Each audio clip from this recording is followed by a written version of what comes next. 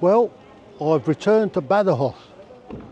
The reason I did that is things went slightly awry the last couple of days in Morocco, and I ended up going a lot further north than I had planned. So I came over pretty much a day and a half early. So what I thought I'd do is I'll come to Badajoz and see if I can do about the siege, because I missed it on the way out. So I'll give you a quick butcher's around.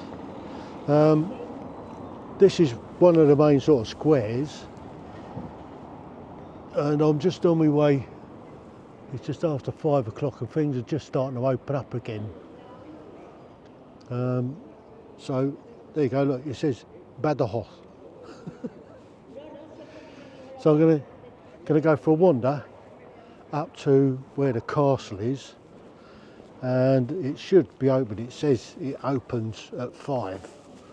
So I'm gonna have a wander up there, and we can see part of what was the old bit of Badajoz, where 213 years ago now, 6th of April 1812, was the siege of Badajoz,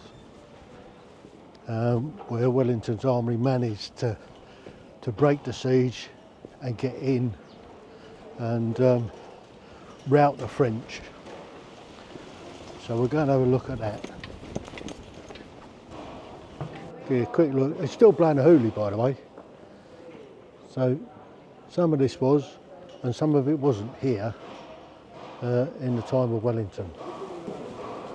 So as we walk up here, they got some stuff over the top there. Don't know what that's all about. But you've got these sort of narrowish streets. I'm not quite sure. Somebody's making an awful lot of noise down here. So, yeah, thanks for that. Yeah, done a bit of refurbing in there, I guess. So as we walk down, I did a quick recce down here earlier, and I found it, and that's how I know it opens about 5. So I'm going to have a wander back up, because it's up. Everything seems to be up, but this is the flat bit, and then it goes up onto an old street that takes you up to the castle. So we'll have a gander at that in a minute. Oh, in case you're wondering why I've got my beanie on, is I've got a severe case of helmet hair today. It's Alice Uber de Platz. Can't do a thing with it. I had a shower this morning and it's gone haywire. So that is the first glimpse of the castle itself. So we'll get up there and you can have a squint around. Just having a look at these, the way this is laid out. When you look down there, and you look up here, this looks like original sort of stuff, or original bit of road leading up to this castle. So we'll have I'm out of breath already. So all the gates open, so we might have a result. Right, I've just been informed that this is the castle that overlooks the whole of the village. Now, there's the wall, and we're going to have a look at that now. And they didn't actually breach up here. Once they'd done the breach down the bottom there, and we'll go and have a look at that sometime later. But for now, we'll have a butcher's around this place, because this is where, now you can have a look down here. You can see the wall that runs down. It's quite high up. So these were the defences. So I've got to go all the way down there somewhere where they actually did the breach, where the 3rd and the 5th divisions came in. So we're going to have a wander down there in a bit, but first I'm going to go and have a look around this here castle and to see what we can see. But this is effectively the citadel of Badajoz. So the San Antonio half bastion, it's so called a half bastion because it only has one side and one face. Half of those of the other bastion of the wall, this shape is the result of it being the connection point between the modern bastion wall built in the 17th century and the Muslim fortification of the citadel.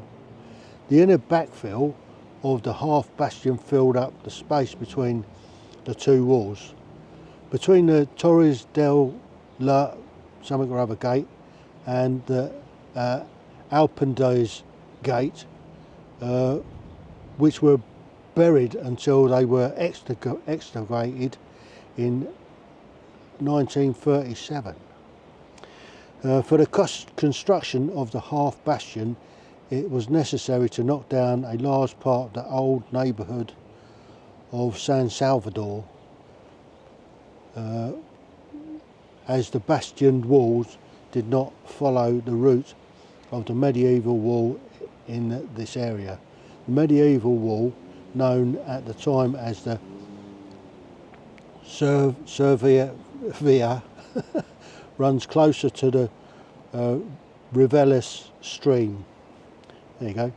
The coat of arms of the Count of Monjaro, under this section of the wall, was completed in around 1690. Can be seen on the side of the half bastion. In 1812, during the British siege of the city, defended by the Napoleonic troops, this area was of the place where they attempted to assault the wall, assault the city. So there you go, that's that, and it's showing it on here. This is where we is, just about here. But the actual siege was done down here and here. So we're going to go down and have a look at that in a bit, but we'll have a look around here first. So we can have a look down there, and we come round. That's going into Spain, and behind me should be Portugal. So I don't know, this looks as though it's built up later with these concrete blocks. So I don't know whether I can go through this way. Yeah, we can have a walk through, and yeah, so we can go and have a look. So this was made up, or this was built sometime in the late 1600s, so the 17th century. So by the time Napoleon and his boys were around and Wellington came along and laid siege to the place, they'd done a pretty good job, I think. So we're just going to walk through. I mean, a lot of this stuff here, Esco Bastion, know that stuff well. It's probably put there to preserve the walls and stuff. So yeah, just have a walk over this side here. So, I mean, looking out from here, you get a pretty good view of the surrounding countryside. So, yeah, so we need to go down that way, I think.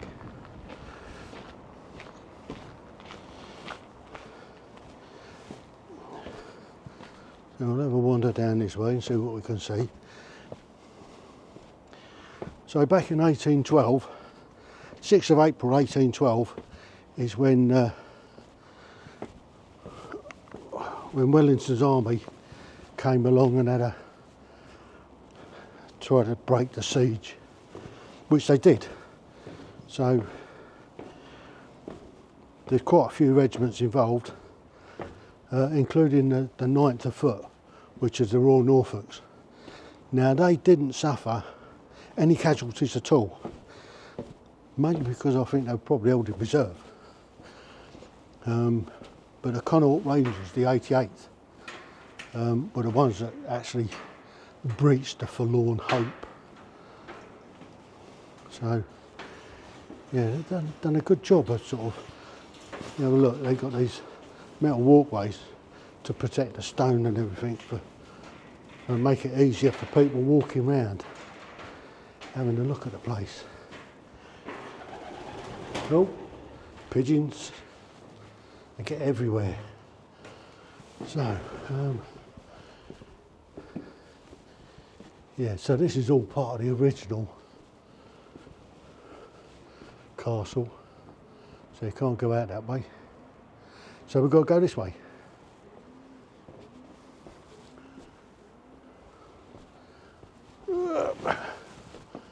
So this stone could have been there from the 1700s. We got quite a breeze blowing today, so I've come up from Algeciras. I came off the boat late last night. Unfortunately, found a hotel about 3 miles away from the port itself. So it's just getting dark as I got in, but there was a load of Colombian guys all riding the new Tiger 900s.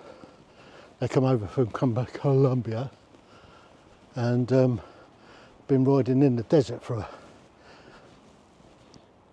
a sort of 10 days, and they were on their way back. They had to get to Malaga last night to be able to hand the bikes back, and then they were flying out of Madrid at midday today. So they were properly up against it. I mean, the ferry's nightmare yesterday. From the day before, they were cancelled. So it cost me an extra 130 euros to get on, which, yeah, fortunately I did. I could have hung on until this morning, but it was not sure whether they're still going to be running or not. And I came across on a different line. Right, let's go and have a butcher's around this place then. So this is a pictorial of Badajoz and the approach of Wellington's troops. And they came in, and this is the old citadel, and they came in from this side here. So on the 6th of April 1812, they broke the siege. So this shows the Battle of Albuera on the 16th of May 1811, where Wellington had a big victory over the French and routed the French out of it, and they get held up in the fortress here. What we've got here is part of the old Moor castle that was built in the 1200s. So I'm trying to get to the top here. Everything's blooming steep. Look at that down there. Right. Okay. So I've come up them stairs there, and I'm heading further up. So, yeah, this is all part of what was the old Moor, what's the name?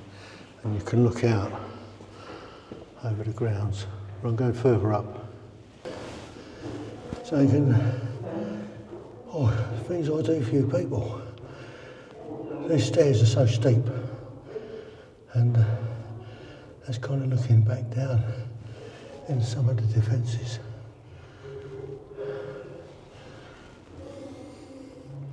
They lied to me, they said there's a panorama up here. There's not. But you can see they're doing some work some restoration work. I'll show you how steep these stairs are, look. Oh. Try and get these knees and my hips working, going down. Yeah, it's a right old struggle.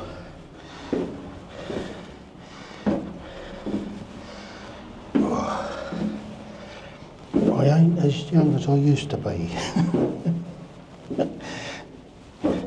There was a time I'd run down these and up them again several times. But, oh, good grief. I don't know where we can go out here. Do you reckon we can go out there? It don't look like, does it? Can't see any wires on it.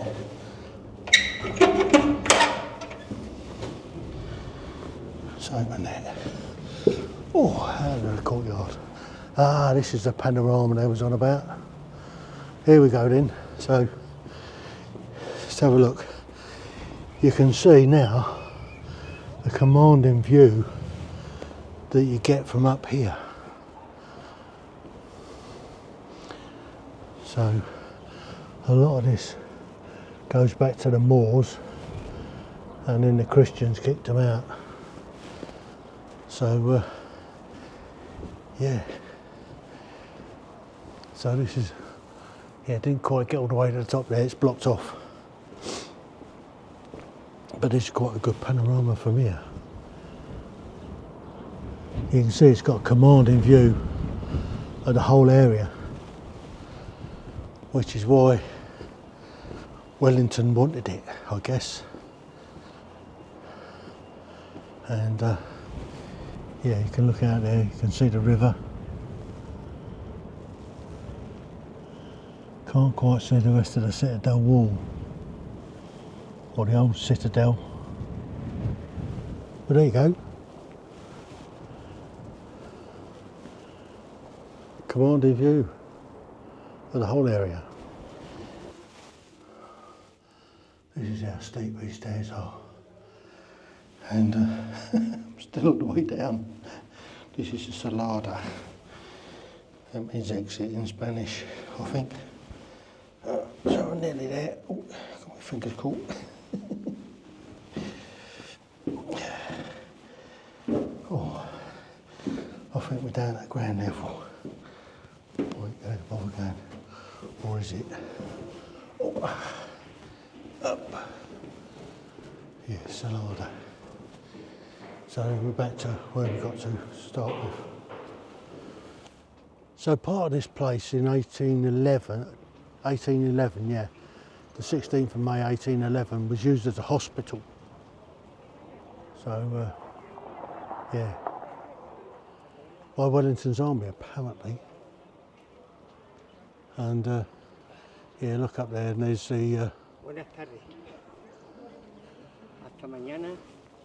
No le abren. So this here is one of the 3 surviving Moor gates from the Islamic period. Yeah.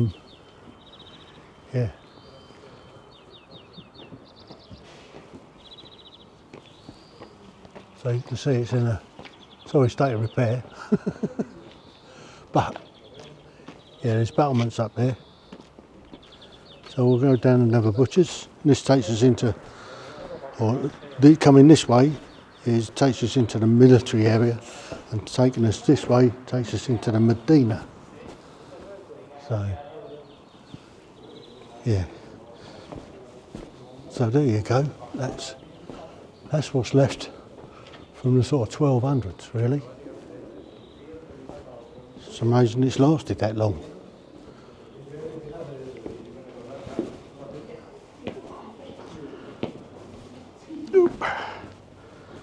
So, yeah, so that was the old Medina gates.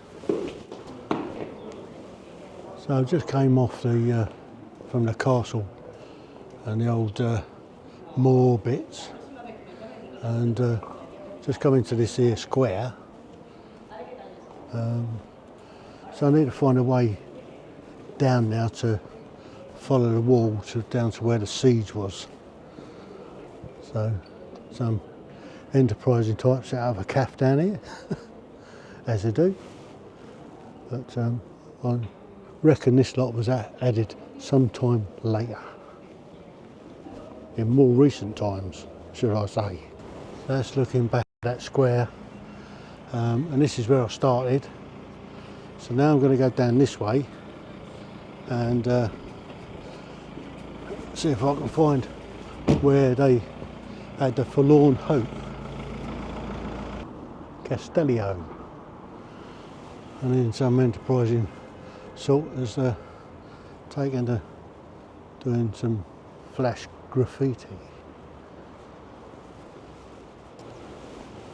That's looking back at the castle, and this is part of the defensive wall.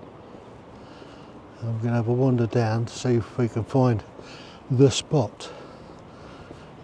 So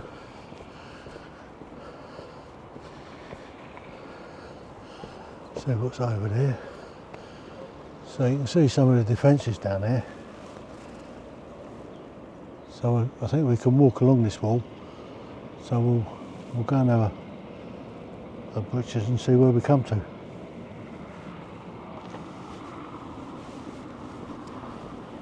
So that's looking back up towards the castle and the defences around that.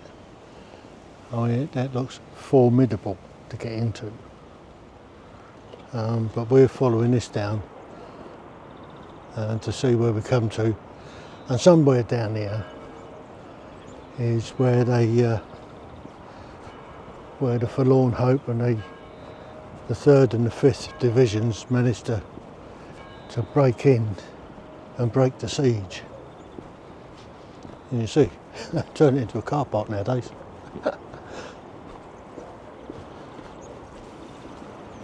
So this is just showing the bastion layout, the construction of the bastion wall by the Count of Mount Ijo, whoever he was, in the 1690. So we need to go further down here. There's a pair of cannons down here, and I guess that there was a lot more all popped around here during the time. And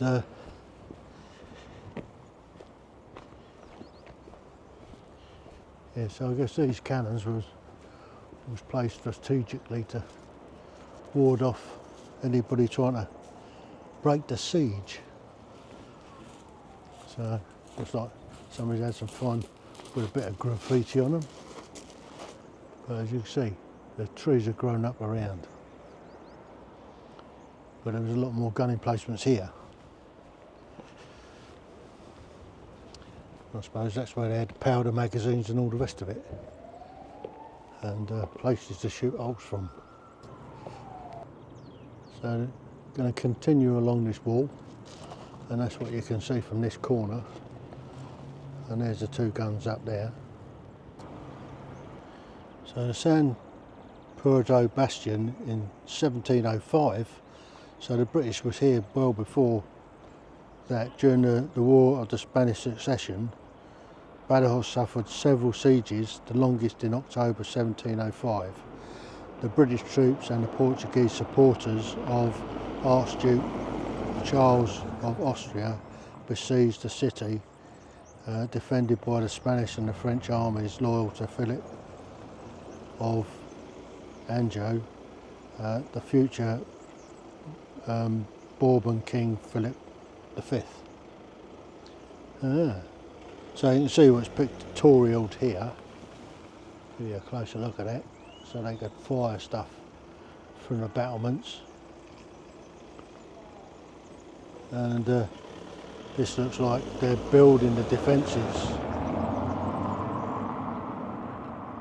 as part of the siege. 1705, so that's 100 years before Trafalgar. What we've got here is what they call the Trinidad Gate, that there's the entrance, or one of the entrances to the citadel, and just over there was guard posts and all the rest of it. All that was destroyed when they demolished a lot of this to bring it through for modern day traffic in the sort of 1930s. But this is the outer wall, and we're now getting fairly close. See how thick the wall is? We're getting fairly close to where the siege was broken, where the forlorn hope of the 3rd Division and the 5th Division. So we're just having a wander along. I don't think we're too far off it now. So this is the bit I've been looking for. The defence of the breach, the defence of the Trinidad breach. Badajoz has seen that had been in the hands of the French army since March 1811. The Allied troops under the command of Lord Wellington had failed in 2 sieges they laid during that year to attempt to recover the city. In 1812, almost all of the British attacks were concentrated in this area. The besiegers managed to open up 3 large breaches in this sector. Finally, on the night of the 6th of April 1812, the attempt to perform an assault on the city took place. The defence of the breaches was entrusted by the French governor,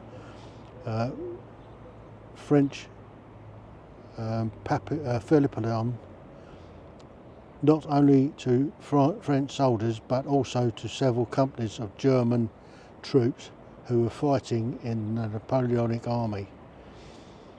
Besides the soldiers with their guns and light artillery, numerous obstacles were placed in the ditch and the breaches to hinder access by the attackers, such as a chanvre defensive, however that's pronounced,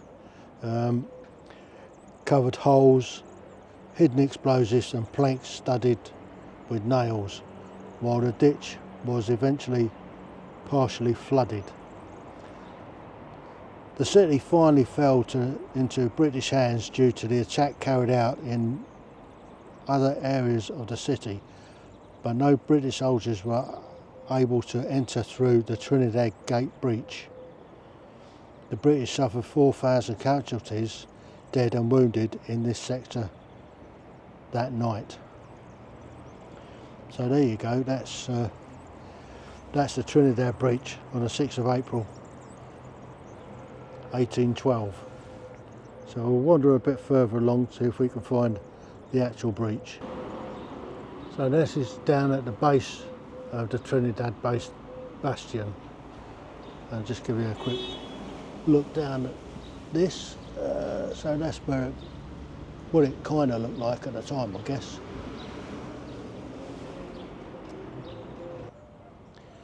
So this is the outside of the Trinidad Gate, and this is where they were trying to make a breach. So if you can imagine, I mean, just look at the height of that.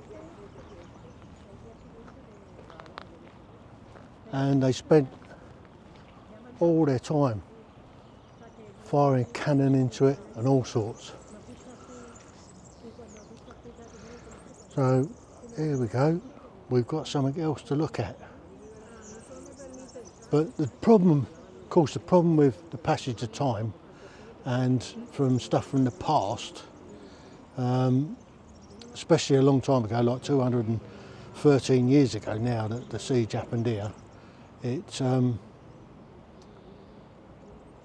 lot's built up around it, lot's been knocked down. But there you go. So this is where they made the attempt on the 6th of April 1812. So the breaches from the siege of 1812.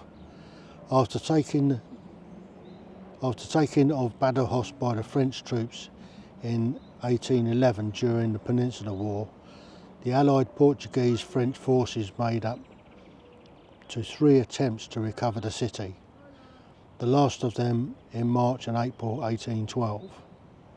During this siege, the British artillery managed, thanks to its 24-pound guns with solid iron shot weighing about 11.5 kilos, to open up 3 breaches in the fortifications. On the right face of the Trinidad Bastion,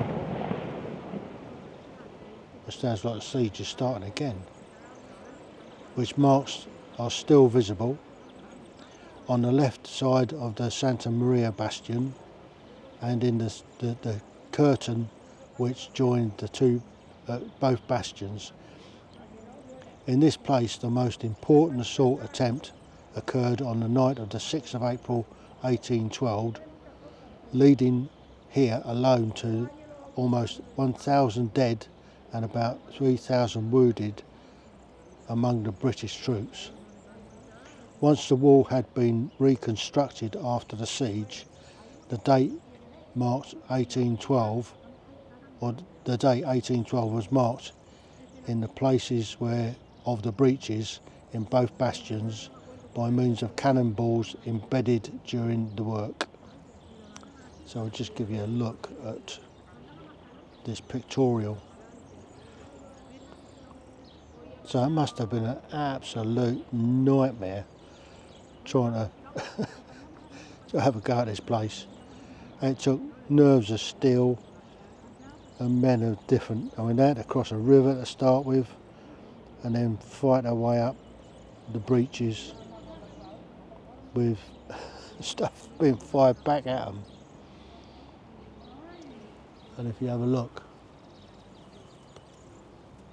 there's the that's the height of the wall from here. It's amazing. Not quite sure you can actually work out, but you can actually see where they put those cannonballs. On the left side here, let's see what I'm putting out. That's the 1, the 8, the 1 and the 2, just there. You can just make out the 1812 where they placed the cannonballs. Amazing. So this is where the actual breach took place on the 6th of April 1812. So here you can actually see cannonballs embedded into the wall. This is after the reconstruction. Oi, oi, I'm trying to work.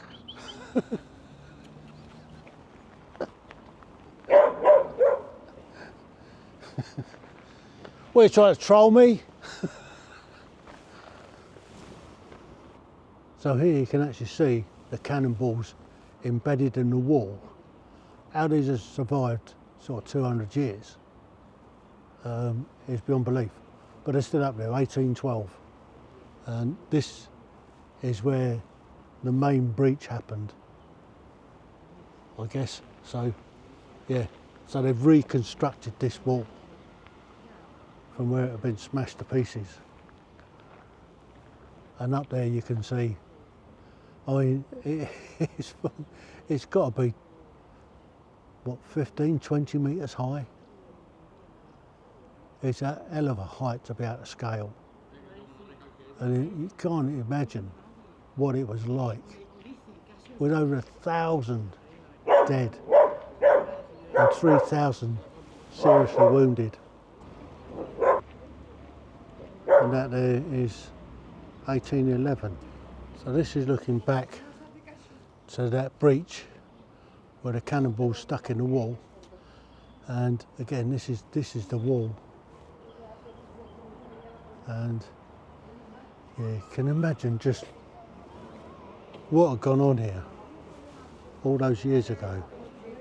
This is coming around the corner, and this is the other part of where they were knocking the hell out of the place to breach the wall. So I'm just going to have a look for the last piece and the last gate. So this is that final bit that's sticking out. Just give you a look along.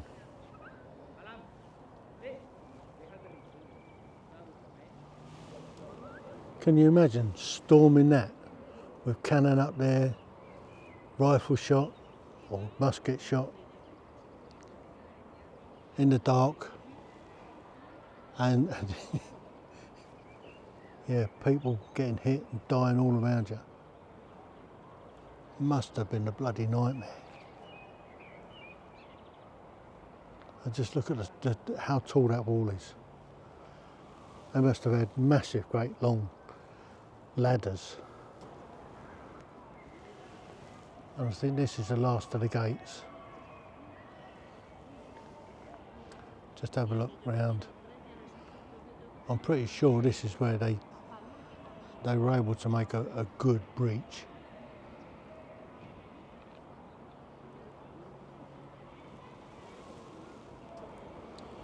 Now I'm making a little bit of an assumption, but I reckon you had cannon up there, and I reckon you had these firing portholes all along.